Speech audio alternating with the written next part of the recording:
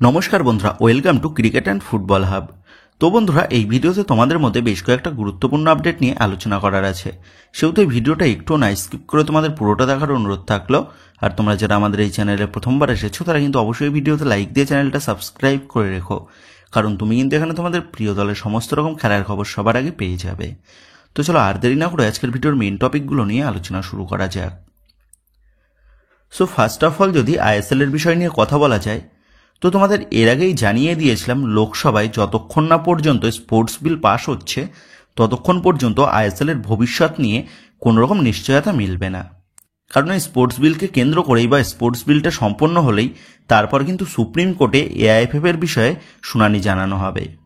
আর এই মুহূর্তে দাঁড়িয়ে যে বড় সুখবরটা বেরিয়ে এসেছে সেটা হচ্ছে গতকাল লোকসভাতে স্পোর্টস বিল পাস হয়ে গেছে। আর এই নতুন সংস্করণে ভারতীয় ফুটবলের পাশাপাশি ডোপ বিরোধী এবং ভারতীয় ক্রিকেটকেও এই বিলের আওতায় নিয়ে আসা হয়েছে।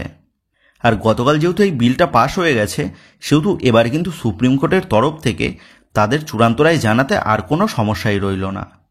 আর যেমনটা খবর, আগামী 3 থেকে 4 দিনের মধ্যেই সুপ্রিম কোর্টের তরফ থেকে তাদের চূড়ান্ত সিদ্ধান্তটাও জানিয়ে দেওয়া হবে এবং সুপ্রিম কোর্টের রায়ের ওপর ভিত্তি করেই এআইএফএফ এর নতুন সদস্যর কমিটি নির্বাচন করা হবে। আর ওই কমিটিই কিন্তু সিদ্ধান্ত নেবে আগামী তার এফএসডিএল এর সাথে এআইএফএফ তারা গাঁটছড়া বাঁধবে কি বাঁধবে না। আর ইতিমধ্যেই কল্যাণ চৌবে তিনি জানিয়ে দিয়েছেন এআইএফএফ নিজেদের সর্বস্ব দিয়ে চেষ্টা চালাবে যাতে ভারতীয় ফুটবলের টপ টায়ার লিগ কখনো বন্ধ না হয়। সো আগামী কয়েকদিনের মধ্যেই আইএসএল নিয়ে যে একটা সুখবর আসতে চলেছে সেটা বলাই যায়। আর যদি আইএসএল এর বিষয় নিয়ে জট কেটে যায় তাহলে কিন্তু সুপার কাপের পরপরই অনুষ্ঠিত হয়ে যাবে এই মৌসুমের আইএসএল এর টুর্নামেন্ট। সেহেতু সুপ্রিম কোর্টের তরফ থেকে কবে তাদের চূড়ান্ত রায়টা জানানো হয় সেই দিকেই কিন্তু এখন নজর রয়েছে আপামর ভারতীয় ফুটবল প্রেমীদের। তো যাই হোক, এবার নেক্সট আপডেটটা বেরিয়ে আসছে ডুরান্ড কাপের ডার্বি নিয়ে। তো এতদিন পর্যন্ত যেমনটা জানা গেছিল, কোয়ার্টার ফাইনাল রাউন্ডেই এই মৌসুমে ডুরান্ড কাপের ডার্বি আয়োজন করার সিদ্ধান্ত নিয়েছিল ডুরান্ড ম্যানেজমেন্ট। তবে বর্তমানে দাঁড়িয়ে যেমনটা আপডেট জানা যাচ্ছে, কোয়ার্টার ফাইনালে ডার্বি খেলতে তেমন কিন্তু প্রস্তুত নয় দুই ম্যানেজমেন্ট। এর পাশাপাশি রাজ্যের ক্রীড়া দপ্তরও কিন্তু চাইছে সেমিফাইনাল বা ফাইনাল রাউন্ডে ডার্বি অনুষ্ঠিত হোক। তো এতদিন পর্যন্ত যেমনটা আপডেট ছিল, আগামী 17 তারিখ বিবেকানন্দ যুবভারতী ক্রীড়াঙ্গন স্টেডিয়ামে অনুষ্ঠিত হতে পারে চলতি মৌসুমে ডুরান্ডের ডার্বি ম্যাচ। তবে এই দুই ম্যানেজমেন্টের রাজি না হওয়ায় আর রাজ্য সরকারের আপত্তি থাকায় খুব সম্ভবত কোয়ার্টার ফাইনাল রাউন্ডে ডার্বি নাও দেখা যেতে পারে। আর গতকাল মোহনবাগানের মেডিকেল স্টাফ নিলসন পিন্টো তিনিও কিন্তু জানিয়ে দিয়েছেন কোয়ার্টার ফাইনাল রাউন্ডে ডার্বি হওয়ার সম্ভাবনাটা কিন্তু খুবই কম। অপরদিক দিয়ে যদি কোয়ার্টার ফাইনাল রাউন্ডে ডার্বি না করিয়ে সেমিফাইনাল বা ফাইনাল রাউন্ডের জন্য ডার্বিকে তুলে রাখা হয়, সেহেতু যদি কোয়ার্টার ফাইনাল রাউন্ডেই কোনো প্রধান ছিটকে যায় সেক্ষেত্রে কিন্তু ডার্বি আর আয়োজন করা সম্ভব নয়। সেক্ষেত্রে এই ঝুঁকিটাও আবার কতটা নিতে চাইবে ডুরান্ড ম্যানেজমেন্ট সেটাও কিন্তু চিন্তার বিষয়। কারণ একটা ডার্বি অনুষ্ঠিত করতে পারলেই বেশ মোটা অর্থের উপার্জন কিন্তু করে নিতে পারবে ডুরান্ড ম্যানেজমেন্ট। সেহেতু ডুরান্ড ম্যানেজমেন্ট কোন সিদ্ধান্ত নেয় সেই দিকেই কিন্তু আমাদের সকলের নজর থাকবে। আর যেমনটা আপডেট, আজ কোয়ার্টার ফাইনাল রাউন্ডের চূড়ান্ত সূচি প্রকাশ করা হবে ডুরান্ড ম্যানেজমেন্টের তরফ থেকে। সেহেতু এখন এটাই দেখার বিষয় হবে এই দুই প্রধানের আর্জি মতন কোয়ার্টার ফাইনাল রাউন্ডে ডার্বি না করিয়ে সেমিফাইনাল বা ফাইনালের জন্য ডার্বি ম্যাচকে তুলে রাখা হয়, নাকি কোয়ার্টার ফাইনাল রাউন্ডে ডার্বি আয়োজন করার সিদ্ধান্ত নেয় Durand management. So quarter final রাউন্ডের সূচি প্রকাশ হয়ে গেলে অবশ্যই তোমাদের এই বিষয়ে জানিয়ে দেব। তবে তোমরা কমেন্ট করে জানিও তোমরা কোয়ার্টার ফাইনাল রাউন্ডে নাকি সেমিফাইনাল বা ফাইনাল রাউন্ডে ডার্বি দেখতে চাইছো। এই বিষয়ে তোমাদের মতামতটা অবশ্যই নিচে কমেন্ট করে জানিয়ে দিও। তো যাই হোক, এবার নেক্সট আপডেটটা বেরিয়ে আসছে চেন্নাইন এফসিকে নিয়ে। তো তোমরা জানো বিগত বেশ কিছুদিন আগেই চেন্নাইন এফসি তারা অফিসিয়ালিভাবে জানিয়ে দিয়েছিল বর্তমানে দাঁড়িয়ে আইএসএল এর বিষয়ে কোনো রকম নিশ্চয়তা না মেলায় তারা তাদের ফুটবল কার্যকলাপকে সাময়িকভাবে বন্ধ রাখতে চলেছে। তবে হঠাৎ করেই গতকাল চেন্নাইন এফসির তরফ থেকে তাদের আরও এক বিদেশিকে অফিসিয়ালিভাবে গুড বাই জানিয়ে দেওয়া হয়েছে। আর সেই বিদেশি প্লেয়ারটা হচ্ছে 30 বছর বয়সী ব্রাজিলিয়ান অ্যাটাকিং মিডফিল্ড পজিশনের প্লেয়ার লুকাস বাম্ব্রিলা, যিনি গত মৌসুমে চেন্নাইন এফসি জার্সিতে 23 ম্যাচে 4টে গোল এবং 5টা অ্যাসিস্ট করেছিলেন। তো এই চেন্নাইন এফসি ম্যানেজমেন্ট তারা তাদের 3 বিদেশি কর্নারশিল্ড, লুকাস বাম্ব্রিলা এবং রায়ান এডওয়ার্ড এই 3 জনকেই কিন্তু বিদায় জানিয়ে দিয়েছে। এবং যেমনটা খবর, ড্যানিয়েল চিমাচুকুর সাথেও সম্পর্ক ছিন্ন করতে পারে চেন্নাইন এফসি ম্যানেজমেন্ট। শুধু চেন্নাইন এফসি ম্যানেজমেন্টের তরফ থেকে এই মৌসুমে কেমন দল গঠন করা হয় সেই দিকেই আমাদের সকলের নজর থাকবে। তো যাই হোক, এবার পরবর্তী আপডেটগুলো বেরিয়ে আসছে মোহনবাগানকে কেন্দ্র করে বেশ কয়েকটা গুরুত্বপূর্ণ আপডেট নিয়ে। তবে সেই সমস্ত আপডেটগুলো তোমাদের মধ্যে শেয়ার করার আগে তোমাদের কাছে একটাই অনুরোধ থাকলো, তোমরা যারা যারা আমাদের এই ভিডিওটা দেখছো কিন্তু এখনো পর্যন্ত আমাদের এই ভিডিওতে একটা লাইক করোনি বা লাইক করতে ভুলে গেছো, তারা অবশ্যই আমাদের এই ভিডিওতে একটা লাইক করে দিও। আর রোজ রোজ তোমাদের প্রিয় দলের এইরকম লেটেস্ট আপডেটগুলোর সাথে আপডেটেড থাকতে তোমরা যারা যারা এখনো পর্যন্ত আমাদের চ্যানেলটাকে সাবস্ক্রাইব করোনি, তারা অবশ্যই আমাদের চ্যানেলটাকে সাবস্ক্রাইব করে আমাদের পাশে থেকো। তো যাই হোক, মোহনবাগানকে নিয়ে সর্বপ্রথম যে আপডেটটা বেরিয়ে আসছে সেই আপডেটটা হচ্ছে একজন নতুন বিদেশি প্লেয়ারের রুমার নিয়ে। আর সেই বিদেশি প্লেয়ারটা হচ্ছে 29 বছর বয়সী ফ্রান্সের অ্যাটাকিং মিডফিল্ড পজিশনের প্লেয়ার জিনেদিন মাচাচা, যিনি অ্যাটাকিং মিডফিল্ড পজিশনের পাশাপাশি সেন্ট্রাল মিডফিল্ড এবং ডিফেন্সিভ মিডফিল্ড পজিশনে খেলতে অভ্যস্ত। মানে পুরো মিডফিল্ড পজিশনকেই কন্ট্রোল করার মতন অ্যাবিলিটি কিন্তু রয়েছে এই মাচাচার কাছে। ক্লাব ক্যারিয়ারে লিগ 1, সিরিয়া বি, এ লিগের মতন লিগে খেলার অভিজ্ঞতা রয়েছে এই মাচাচার কাছে।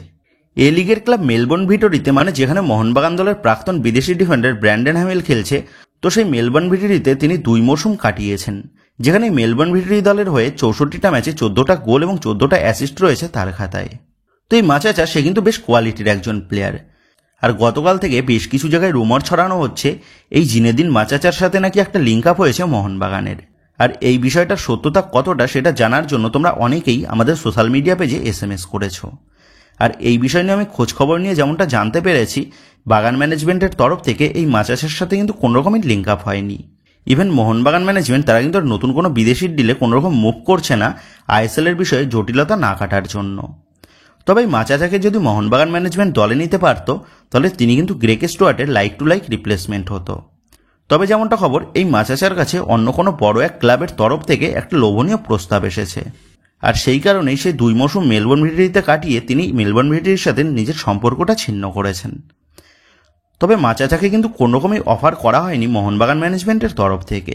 ইভেন মোহনবাগান ম্যানেজমেন্টের তরফ থেকে এই মাচাচার বিষয়ে কোনোরকম কিন্তু ইনকোয়ারিও করা হয়নি। সেহেতু এই মাচাচার বিষয়টা বর্তমানে দাঁড়িয়ে কিন্তু সম্পূর্ণ মন গড়া সেটা বলাই যায়। তবে পরবর্তীতে যদি মোহনবাগান ম্যানেজমেন্ট তারা সপ্তম কোনো বিদেশি ডিলে মুভ করে, সেই বিষয়ে কিন্তু অবশ্যই তোমাদের জানিয়ে দেবো সর্বপ্রথম। তো যাই হোক, এবার লাস্ট আপডেটটা বেরিয়ে আসছে ব্রাজিলিয়ান উইঙ্গার রবসন রবিনোকে নিয়ে। তো এই রবসন রবিনোর বিষয়টা বর্তমানে দাঁড়িয়ে বেশ কৌতূহলের সৃষ্টি করেছে সকল বাগান সমর্থকদের মনের মধ্যে। কারণ এই রবসন রবিনো সে আদতেও মোহনবাগান দলে আসছে নাকি, সেই নিয়ে মোহনবাগান ম্যানেজমেন্টের তরফ থেকে এখনও পর্যন্ত কিন্তু অফিসিয়ালিভাবে কোনো রকম অ্যানাউন্সমেন্ট আসেনি। তবে মোহনবাগান ম্যানেজমেন্টের তরফ থেকে অফিসিয়ালি অ্যানাউন্সমেন্ট এখনও পর্যন্ত না করলেও রবসন রবিনো তিনি যে এই মৌসুমে সবুজ মেরুন জার্সিতেই মাঠে নামতে চলেছে, সেটা কিন্তু এর আগেও বহুবার তোমাদের জানিয়েছি। আর যতক্ষণ না পর্যন্ত রবসন রবিনো সে কলকাতায় এসে তার মেডিকেল টেস্ট দিচ্ছে, ততক্ষণ পর্যন্ত কিন্তু মোহনবাগান ম্যানেজমেন্টের তরফ থেকে এই রবসন রবিনোর নামটাও অ্যানাউন্সমেন্ট করা হবে না, সেটাও কিন্তু তোমাদের এর আগেই জানিয়ে দিয়েছিলাম। তবে এবার সকলের মনেই একটাই প্রশ্ন, কবে রবসন রবিনো সে কলকাতায় আসবে? কারণ ইতিমধ্যেই মোহনবাগান দলের বাকি 5 বিদেশি তারা দলের সাথে যোগ দিয়ে দিয়েছে এবং তারা সকলেই মাঠেও নেমে পড়েছে। কিন্তু এই রবসন রবিনোর কিন্তু এখনও কোনোরকম দেখা নেই। সেহেতু রবসন রবিনো কবে কলকাতায় পা দেবে, এটাই কিন্তু এখন একমাত্র প্রশ্ন সকল বাগান সমর্থকদের মনের মধ্যে। তো এই বিষয়ে তোমাদের জানিয়ে দিই, রবসন রবিনো তিনি কবে কলকাতায় আসবেন সেই বিষয়ে কিন্তু কোনোরকম চূড়ান্ত ডেট জানা যায়নি। গত বেশ কিছুদিন আগে রবসন রবিনোর কলকাতায় চলে আসার কথা থাকলেও রবসন রবিনোর পারিবারিক কিছু সমস্যার কারণে তিনি কিন্তু সেই সময় কলকাতায় পা দিতে পারেনি। তবে আপাততভাবে যেমনটা আপডেট জানা গেছে, আগামী 4 থেকে 5 দিনের মধ্যে রবসন রবিনো কলকাতায় পা দিয়ে দিতে পারে। আর যদি আগামী 4 থেকে 5 দিনের মধ্যে রবসন রবিনো না আসে, তাহলে সেপ্টেম্বর মাসের প্রথম সপ্তাহে শহরে চলে আসবেন রবসন রবিনো। সেহেতু রবসন রবিনো সে যে মোহনবাগান দলেই যোগ দিচ্ছে এবং মোহনবাগান জার্সিতেই মাঠে নামতে চলেছে, এটা কিন্তু প্রায় নিশ্চিত। সেক্ষেত্রে রবসন রবিনোর বিষয় নিয়ে বাগান সমর্থকদের কিন্তু কোনোরকম চিন্তার কোনোরকমই কারণ নেই। তবে আবার অনেকেই ভাবছো ডুরান্ড কাপে রবসন রবিনোকে দরকার ছিল, কেন মোহনবাগান ম্যানেজমেন্ট রবসন রবিনোকে ডুরান্ডে খেলানোর জন্য তাড়াতাড়ি নিয়ে আসছে না। তো এই বিষয়ে তোমাদের জানিয়ে রাখি, রবসন রবিনোকে ছাড়াই মোহনবাগান দল তারা কিন্তু ডুরান্ডে ফুল ফোটাচ্ছে। সেহেতু এমনটা নয় যে রবসন রবিনো ছাড়া মোহনবাগান দল তারা ডুরান্ডে সফলতা পাবে না।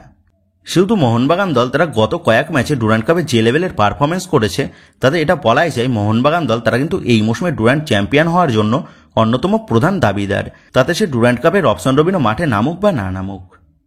তবে এই রবসন রবিনোর বিষয় নিয়ে বাগান সমর্থকদের মনের মধ্যে যে কোনোরকম চিন্তার কারণ নেই, সেটা কিন্তু আবারও তোমাদের সকলকেই জানিয়ে দিচ্ছি। তো যাই হোক বন্ধুরা, তোমরা কমেন্ট করে জানিও এই মৌসুমে ডুরান্ড কাপ চ্যাম্পিয়ন কোন দল হতে পারে বলে তোমার মনে হচ্ছে। এই বিষয়ে তোমাদের মতামত অবশ্যই নিচে কমেন্ট করে জানিয়ে দিও। তো যাই হোক বন্ধুরা, এই ভিডিওতে এই আপডেট কটা নিয়েই তোমাদের মধ্যে আলোচনা করার ছিল। তো আশা করি ভিডিওটা তোমাদের ভালো লেগেছে। তো যদি ভিডিওটা ভালো লেগে থাকে তাহলে ভিডিওতে লাইক দিয়ে চ্যানেল সাবস্ক্রাইব করে পাশে থাকা বেল আইকনটা অবশ্যই প্রেস করে দিও। আর তোমরা যারা এখনও পর্যন্ত আমাদের সোশ্যাল মিডিয়া পেজের সাথে যুক্ত হওনি তারা অবশ্যই নিচের ডিসক্রিপশন বক্সের লিঙ্ক থেকে আমাদের সোশ্যাল মিডিয়া পেজের সাথে যুক্ত হয়ে যেতে পারো, কারণ এখন কিন্তু সমস্ত রকমের লেটেস্ট আপডেটগুলো সবার আগে আমাদের সোশ্যাল মিডিয়া পেজেই পোস্ট করা হয়। আর তোমরা এখন ফেসবুক এবং ইনস্টাগ্রামে গিয়ে তোমরা আমাদের এই চ্যানেলের নাম লিখে সার্চ করলেও তোমরা কিন্তু আমাদের ফেসবুক এবং ইনস্টাগ্রাম পেজটাও খুঁজে পেয়ে যাবে।